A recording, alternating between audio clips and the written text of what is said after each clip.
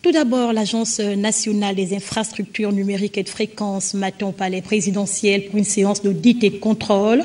L'entretien a été présidé par le directeur de cabinet du chef de l'État. Il faut dire que d'autres agences et entités vont emboîter le pas de la NERF dans les tout prochains jours. Précision, bienvenue Minko, Armand Moupindé, presse présidentielle.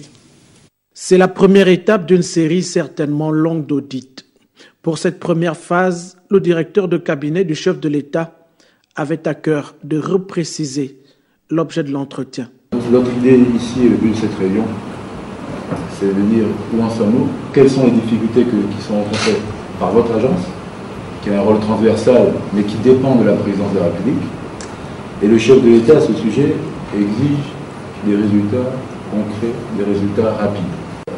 Vous êtes la première agence, mais soyez rassurés, vous n'êtes pas la seule. Et comme la NERF commence aussi par A, mais sachez que tout le monde passera sur cette petite table. Aujourd'hui, nous n'acceptons plus de retard. Nos compatriotes veulent voir des résultats concrets et le président de la République s'y est engagé. Créée en 2011, l'Agence nationale des infrastructures numériques s'est fixée pour objectif d'arrimer le pays à la société de l'information à travers le projet de construction d'une infrastructure numérique de rang mondial.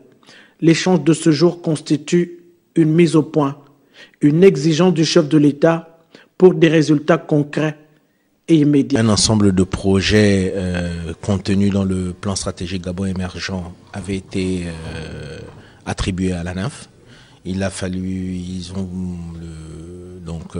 la présidence a voulu avoir le niveau de réalisation, les difficultés rencontrées et les perspectives.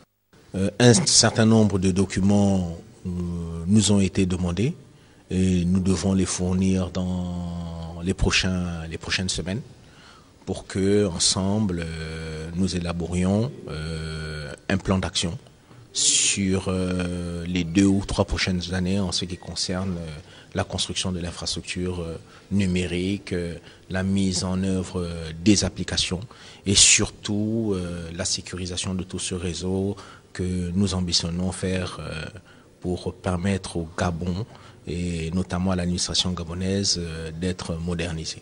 La série devrait se poursuivre avec d'autres agences.